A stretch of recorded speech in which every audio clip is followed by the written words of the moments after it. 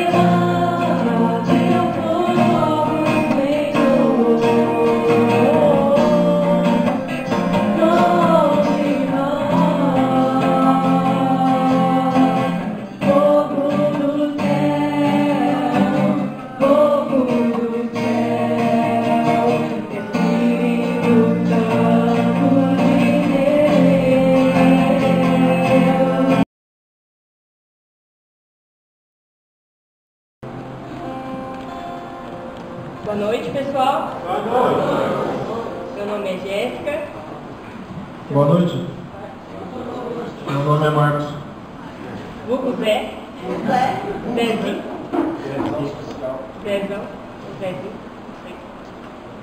E hoje nós vamos falar sobre um tema que Deus suscitou no coração do nosso irmãozinho aqui.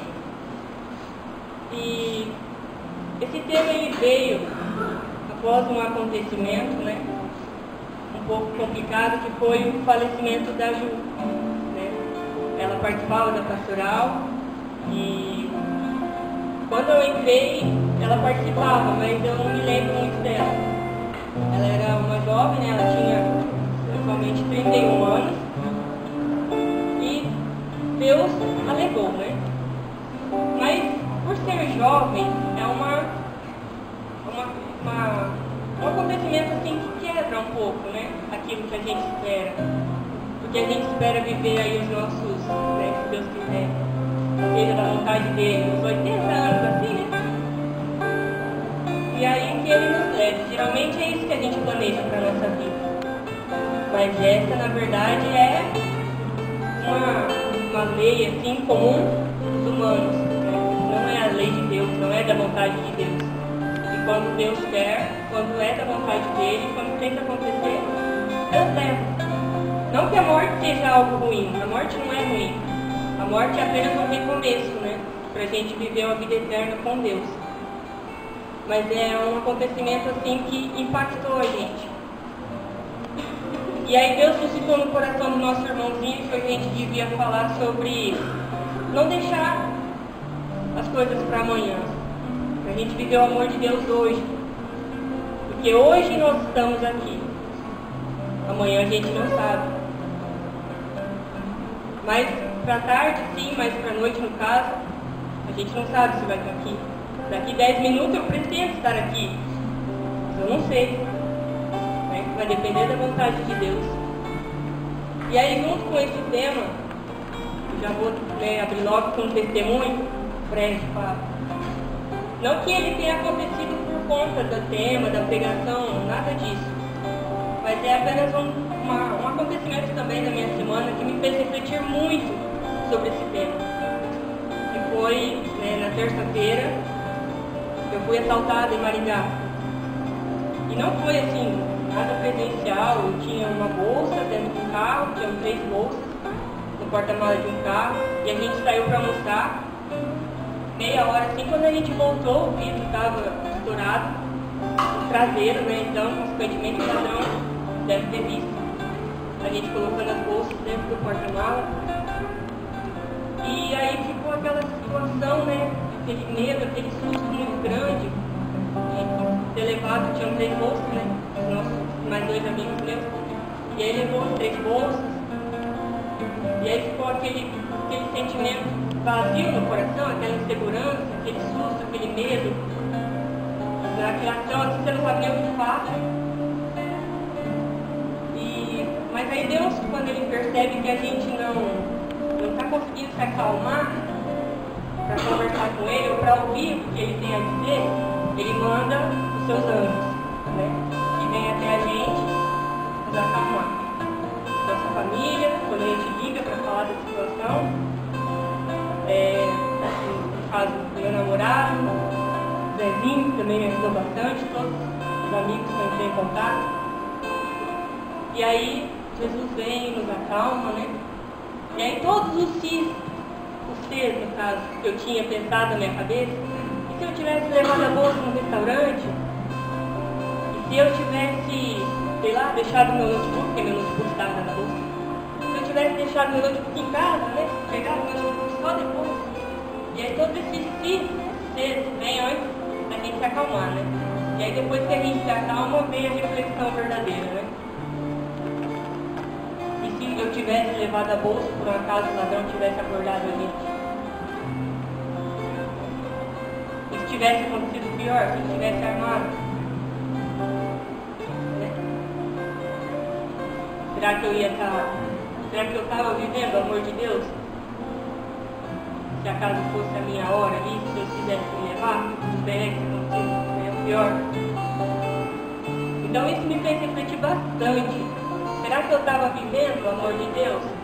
Será que eu estava escolhendo Deus na minha vida até aquele momento? Será que a gente está vivendo o amor de Deus?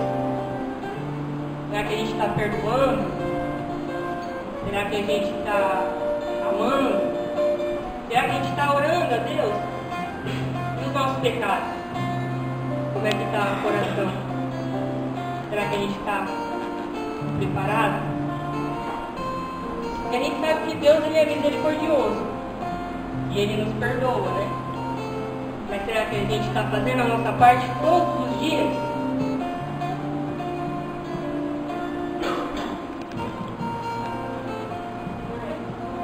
E aí então a gente decidiu iniciar, depois dessa introdução, uma leitura que está em Isaías.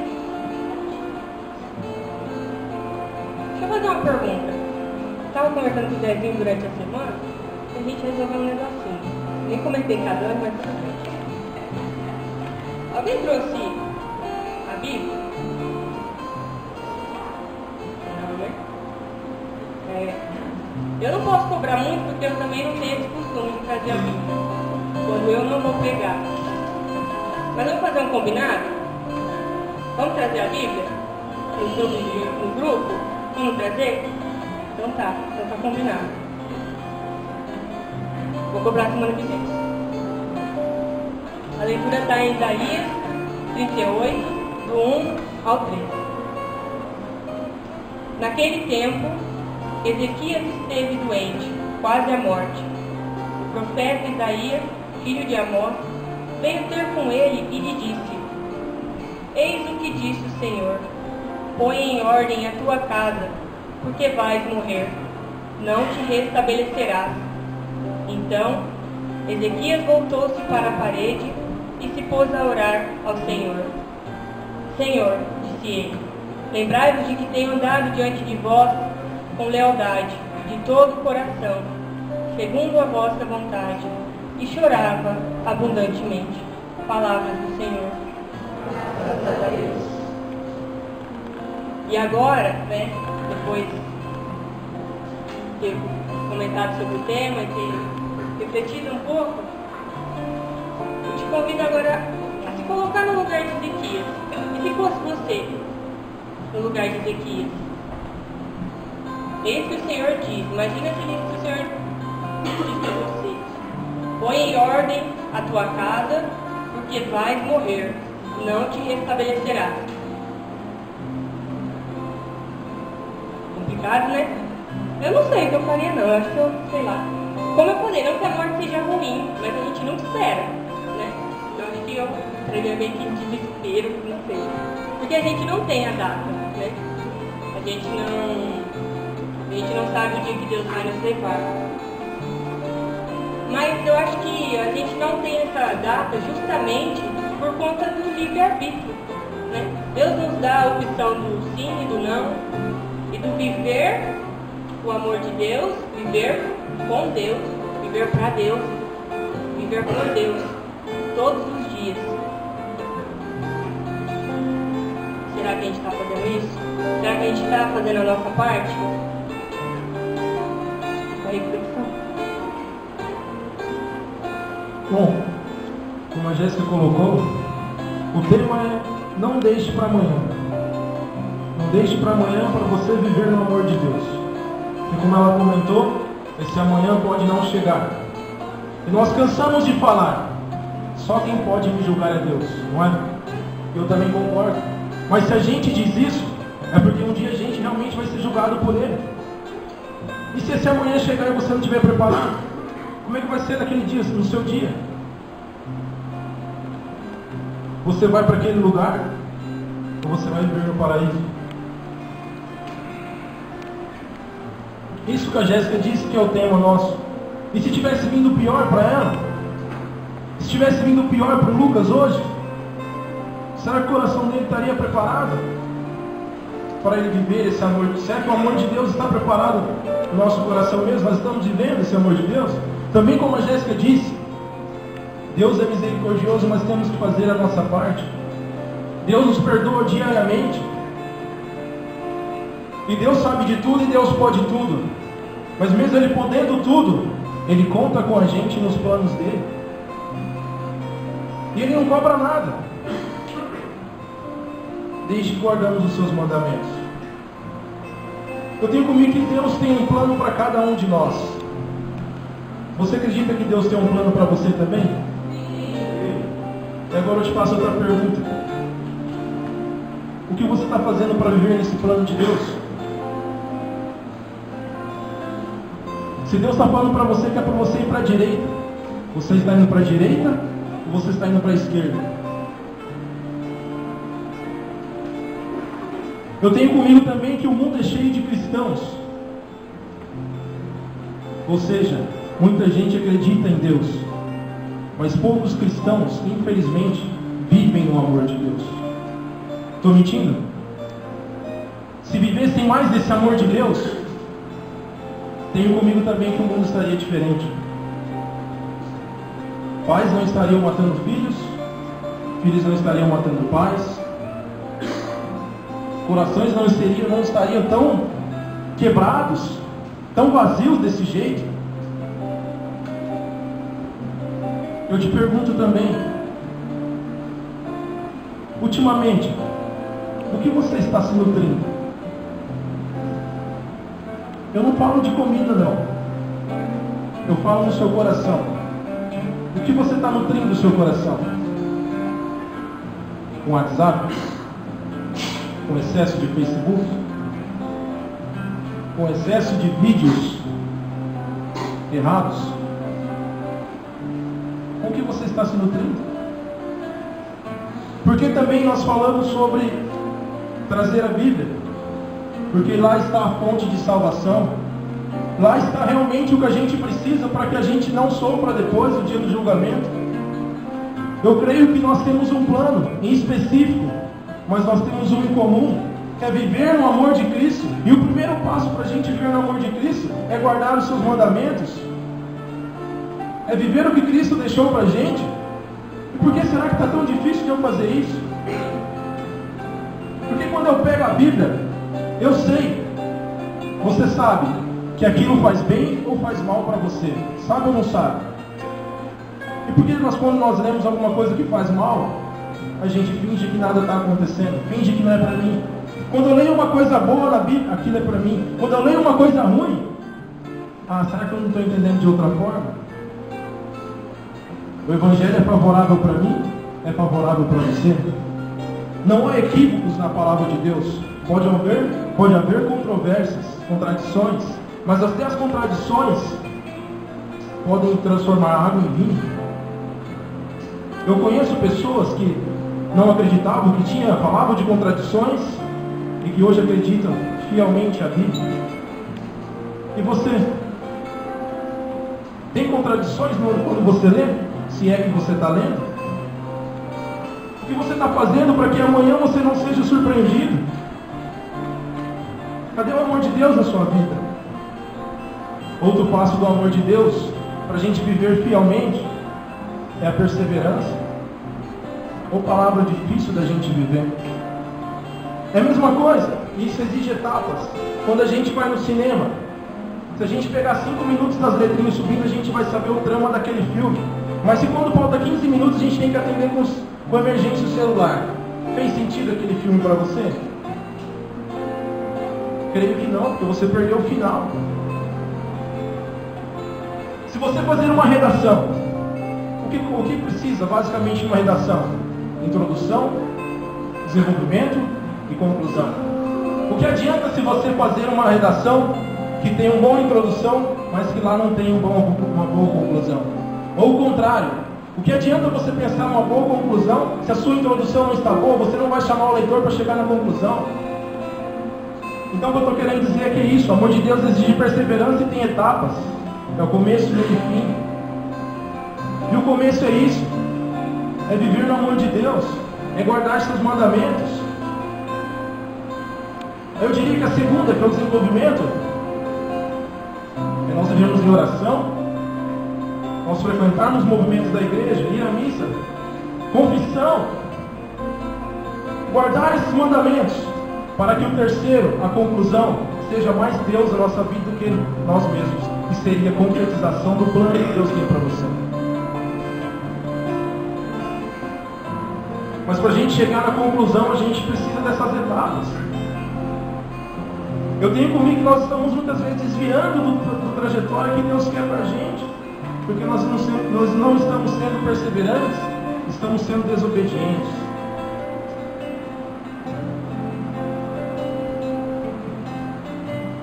Meus irmãos, vou repetir de novo. O Evangelho é favorável para mim, favorável para você. Tudo que está escrito é para mim, é para você.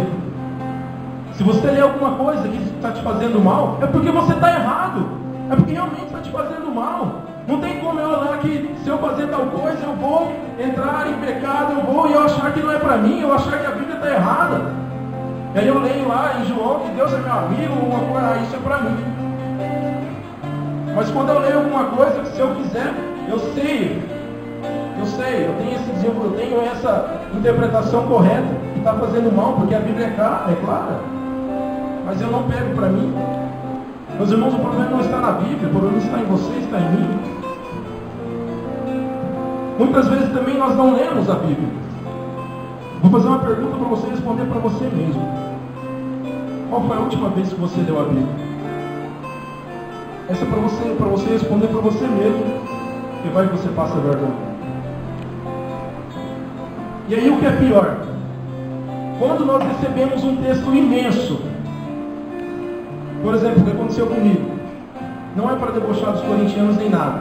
Mas semana passada fiquei sabendo que o Palmeiras ganhou do Corinthians. Eu sabia e tinha visto os gols, mas eu não vi o jogo. O que eu fiz? Fui ler uma matéria completa. Li a matéria completa. Para quê? Para nada. E achei pouco. Se você pega alguma coisa sobre amor, sobre carinho, você lê 2, 3 vezes aquela coisa grande. Para você não realmente falar, não, nossa, que lindo. Você fala com certeza, que lindo, você lê 2 vezes uma coisa que é gigante. Agora eu te falo. Pega aí Isaías 38 do 3. Nossa, quantos versículos. Que grande. A Bíblia nós achamos tudo grande, tudo cansado, tudo exaustivo. Mas para a gente ler alguma coisa, ousem dizer, para você ler sobre o seu signo, é curto. Espero que ninguém faça isso.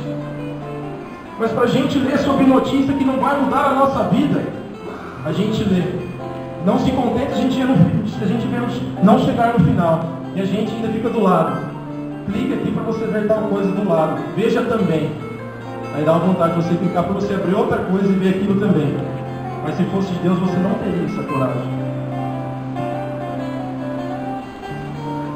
Por que nós não estamos tendo essa coragem? Se é para mim, se é para você, é o Evangelho. Se ali tem palavras de salvação, tem palavras de vida eterna. Por que eu não estou fazendo isso?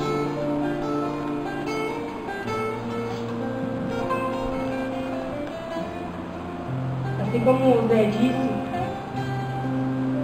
Deus ele tem um plano para cada um de nós. Mas será que a gente está aceitando esse plano na nossa vida? Será que a gente está assumindo esse plano na nossa vida?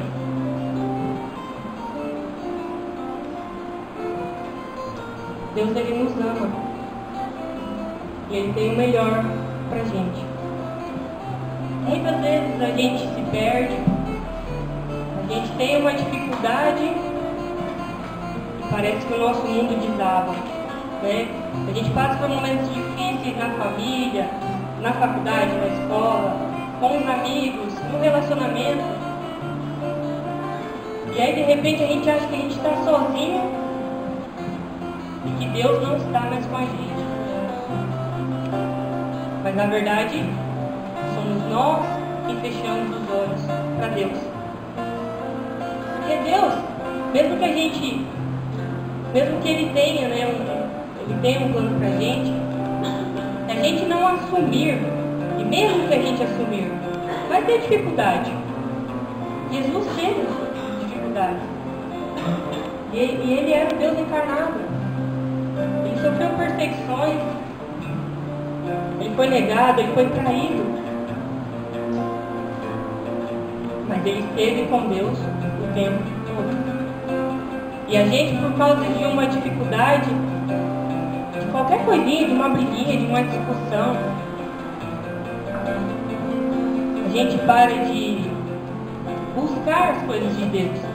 A gente para de ler a Bíblia, a gente para de ouvir as músicas religiosas, católicas,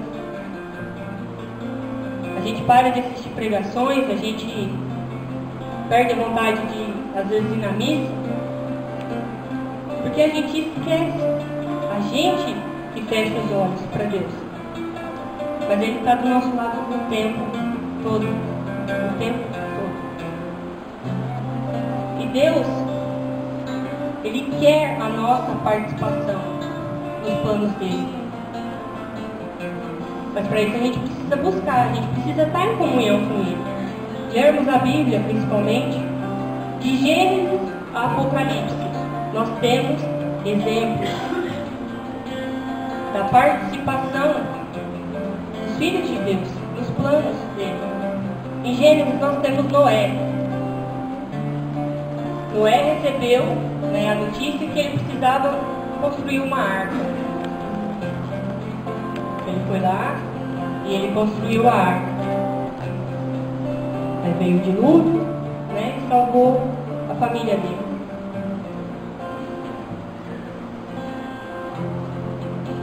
Josué, na conquista de Jericó, ele recebeu a notícia que ele precisava, né, cercar um monte de vezes a cidade de Jericó. para que a muralha desabasse. O que ele fez? Ele foi lá, tocaram as trombetas retumbantes, deram as voltas necessárias e a muralha desabou. Tomaram a cidade de Jericó, conforme os planos de Deus. Em Lucas, Deus curou a filha de Jairo. Jairo, ele era o chefe da sinagoga. E aí ele pediu ajuda para Jesus, porque a filha dele estava muito doente, estava quase morrendo. E aí Jesus ia até a casa dele, e no meio do caminho encontrou a mulher do fluxo de sangue. E aí ele recebeu a notícia no meio do caminho, Jesus com Jairo, que a filha dele tinha morrido. E ele não precisava mais incomodar o médico.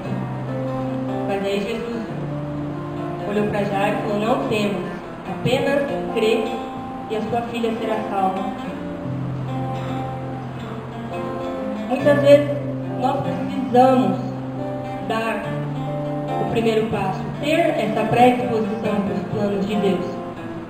Assim como teve Noé, Josué e Jairo, seja com atitudes, ou seja com oração, seja com a nossa fé mesmo, assim como Jairo, apenas crer e ela será salva. Em Apocalipse, eis que estou à porta e bato.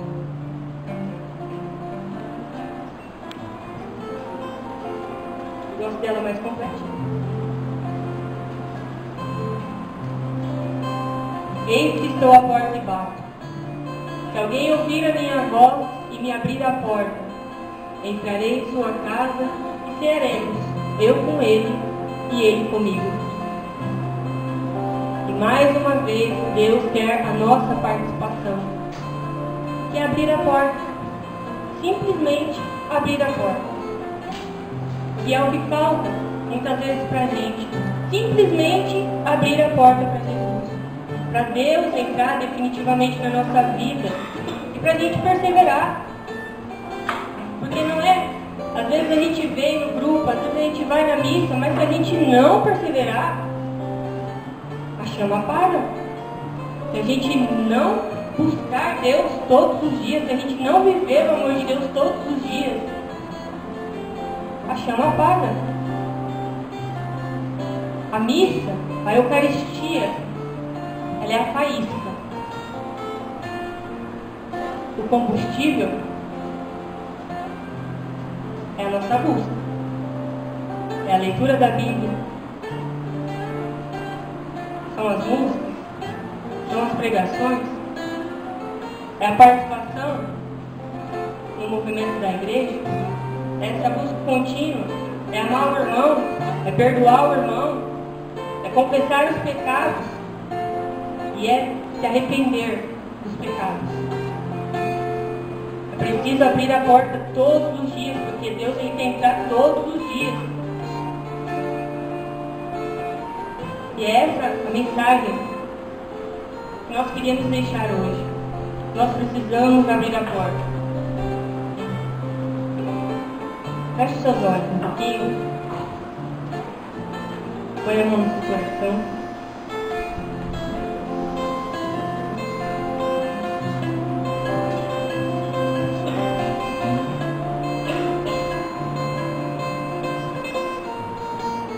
É um momento de reflexão seu. Você vai se perguntar. Olha para dentro do seu coração e se pergunta: como é que ele está?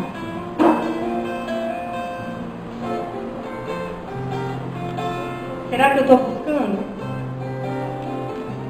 Será que eu estou alimentando essa chama?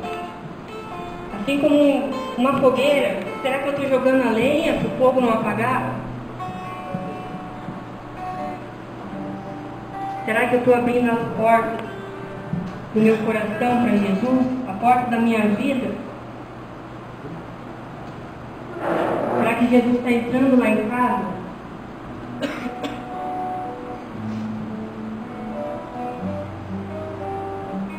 Será que meu coração está manchado pelo pecado? Quanto tempo faz que eu não me confesso?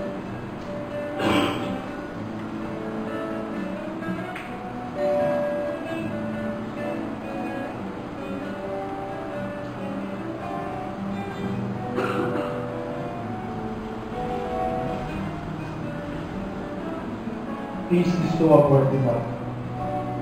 Meu irmão, hoje o Senhor está batendo na porta do seu coração. É o próprio Senhor que está batendo na porta do seu coração.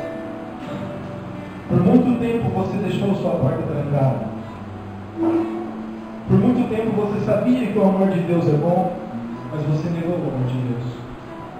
Talvez você negou o amor de Deus porque você tinha uma mágoa no seu coração de uma palavra que foi proferida para você.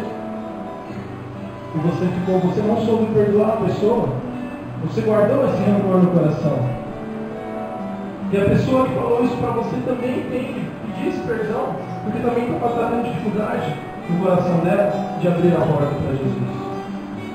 Mas, meu irmão, hoje é o dia de você abrir a porta. Hoje é o dia do Senhor na sua vida.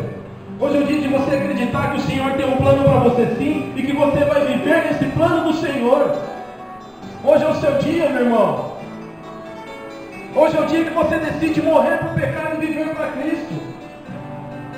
Hoje é o dia que você decide combater as boas batalhas.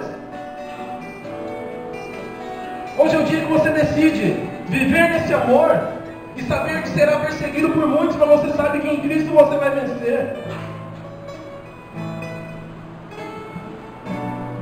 Hoje também é o dia de você falar que estava com saudade do coração de Deus, que estava com saudade porque o seu coração estava vazio, porque você estava procurando muitas coisas, mas você só estava procurando coisas, você não estava procurando o Espírito Santo de Deus para preencher o seu vazio. Hoje é o dia de você morrer para o pecado e entender que viver para mim é Cristo. Entenda, meu irmão, que viver para mim, viver para você é Cristo. Não tem outra coisa, não tem outra solução. E que se você viver em Cristo, se eu viver em Cristo, eu vou conhecer o plano de Deus na minha vida. Então, meu irmão, neste momento, peça o plano de Deus para você. Peça mais escuta do Senhor também. Peça mais obediência. Peça mais perseverança. Peça mais empenho com as coisas de Deus. Peça mais zelo para você voltar a sentir o primeiro amor daquele que você sentiu há muito tempo. E entenda que viver para mim é Cristo. Cante isso, meu irmão. Mas cante como uma vitória já na sua vida. Cante como um recomeço. Cante para você ser perseverante de hoje em diante. Para você ser mais ousado na palavra de Cristo. Para o Evangelho fazer sentido para você. Para você dar testemunho da sua vida. E herdar o reino dos céus. Você não é qualquer um, meu irmão. Você é filho do Senhor. E é para esse Pai que você vai voltar. Para a honra e glória do nome dele. É para Ele que você vai voltar. Não é para o pecado, não é para o mundo. Você não foi feito para o mundo. Você nasceu para dar certo, você nasceu para dar bons frutos. Cante já com a certeza de viver para mim é Cristo.